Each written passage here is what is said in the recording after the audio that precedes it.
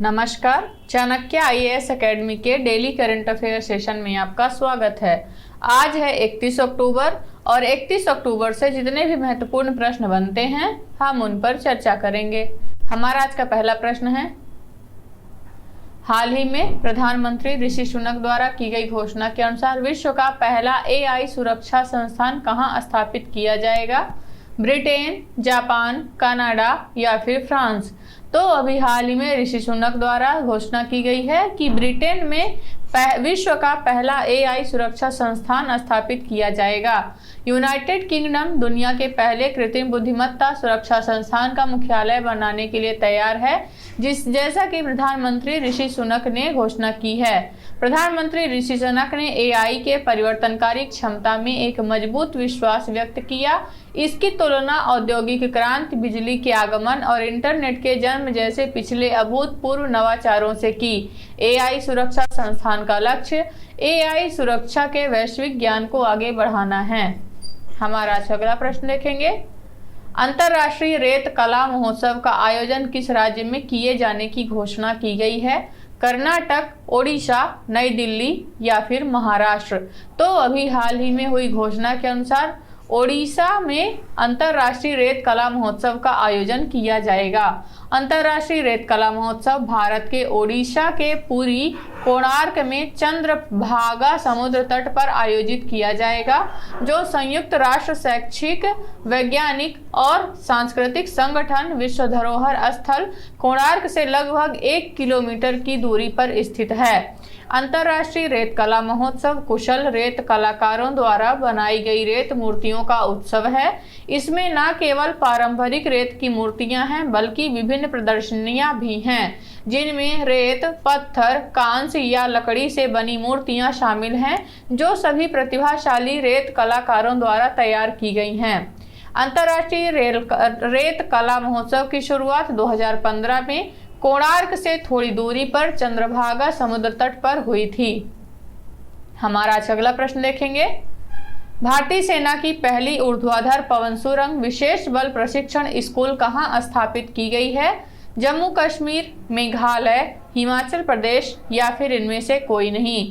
तो अभी हाल ही में हिमाचल प्रदेश में भारतीय सेना की पहली ऊर्ध्वाधर पवन सुरंग स्कूल स्थापित की गई है। भारतीय सेना ने हिमाचल प्रदेश में विशेष बल प्रशिक्षण स्कूल में अपना पहला वर्टिकल विंड टनल स्थापित किया है। वर्टिकल विंड टनल को सैन्य प्रशिक्षुओं के लिए नियंत्रित वातावरण प्रदान करते हुए वास्तविक जीवन में मुक्त गिरावट की स्थिति का अनुकरण करने के लिए डिजाइन किया गया है। यह सुविधा सैन्य प्रशिक्षुओं को विशेष बलों के प्रशिक्षण के एक महत्वपूर्ण पहलू कॉम्बैट फ्री फॉल में अपने कौशल को बढ़ाने में सक्षम बनाएगी। हमारा अगला प्रश्न देखेंगे, पेटीएम की सहायक कंपनी ने बैंकिंग समाधान पेश करने के लिए किस राज्य के स्टार्टअप के साथ समझौता किया है? झारखंड, बिहार, राजस्थान या फिर इनमें से कोई नहीं? तो अभी हाल ही में पेटीएम की सहायक कंपनी ने बैंकिंग समाधान पेश करने के लिए बिहार स्टार्टअप के साथ समझौता किया है। 197 कम्युनिकेशंस ने घोषणा की कि उसकी पूर्ण स्वामित्व वाली सहायक company Paytm payment services limited ने राज्य के स्टार्टअप पारिस्थितिकी तंत्र को बढ़ावा देने के लिए स्टार्टअप बिहार के साथ एक समझौते पर हस्ताक्षर किए हैं। स्टार्टअप बिहार स्टार्टअप को बढ़ावा देने के लिए राज्य सरकार की महत्वाकांक्षी पहल है। बिहार स्टार्टअप नीति 2022 का उद्देश्य पारिस्थितिकी तंत्र को सभी हितधारकों के लिए अधिक समावेशी, समग्र और लाभकारी बनाना है। हमारा अगला प्रश्न देखेंगे, हाल ही में विश्व थ्रिफ्ट दिवस कब मनाया गया है? 28 अक्टूबर, 29 अक्टूबर, 30 अक्टूबर या कोई नहीं? तो अभी हाल ही में 30 अक्टूबर को विश्व थ्रिफ्ट या फिर विश्व बचत दिवस मनाया गया है। विश्व बचत दिवस प्रत्येक वर्ष 30 अक्टूबर को मनाया जाता है, जो लोगों को उनकी वित्तीय सुरक्षा, बचत और स्वतंत्रता के बारे में जागरूकता बढ़ाने के लिए मनाया जाता है। 2023 में विश्व थ्रिफ्ट दिवस का विषय है बचत के माध्यम से भविष्य के लिए तैयारी, जिसका उद्देश्य पैसे बचाने के महत्व को बढ़ावा देना और कैसे बचत हमारे कठिन समय को कम कर सकती है। यह पैसे बचाने के लिए मितव्ययिता के महत्व के बारे में जागरूकता बढ़ाता है। हमारा आज अगला प्रश्न देखेंगे। भारतीय स्टेट बैंक ने हाल ही में किसे अपना ब्रांड एम्बेसडर नियुक्त किया है? पीवी सिंधु, MS धोनी, राहुल द्रविड़ या फिर इनमें से कोई नहीं? तो अभी हाल ही में भारतीय स्टेट बैंक ने MS धोनी को अपना ब्रांड एम्बेसडर नियुक्त किया है।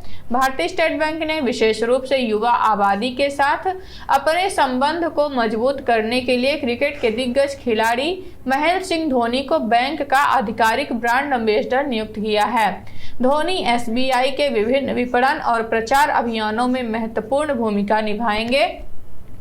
सार्वजनिक क्षेत्र के बैंकों में बॉब ने राहुल द्रविड़ को अपना ब्रांड एम्बेसडर नियुक्त किया था। वर्तमान में बैडमिंटन खिलाड़ी PV सिंधु के श्रीकांत और क्रिकेटर शेफाली वर्मा BOB के ब्रांड एम्बेसडर हैं।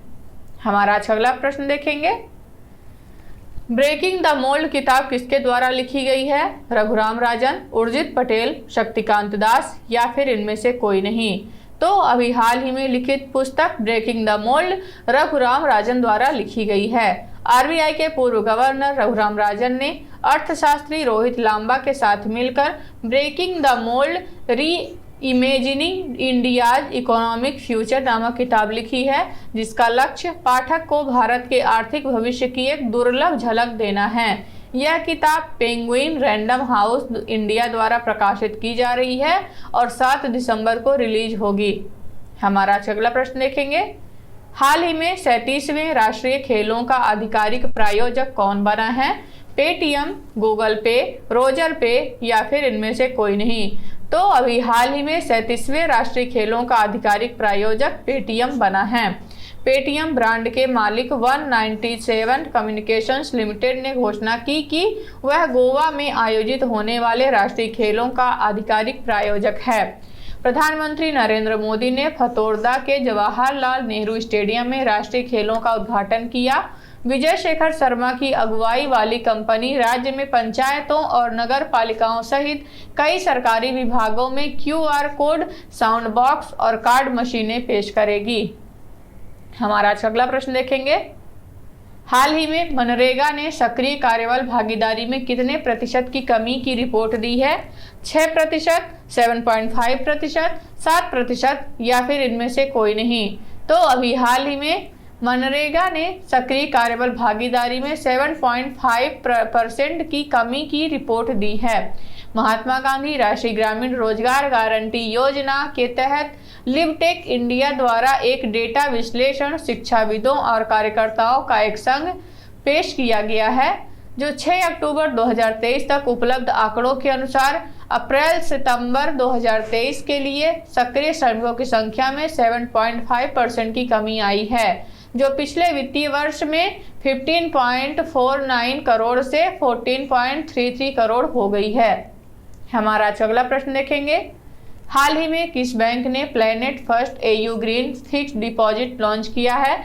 ग्रामीण सहकारी bank, AU small finance bank, भारतीय स्टेट बैंक या फिर इनमें से कोई नहीं?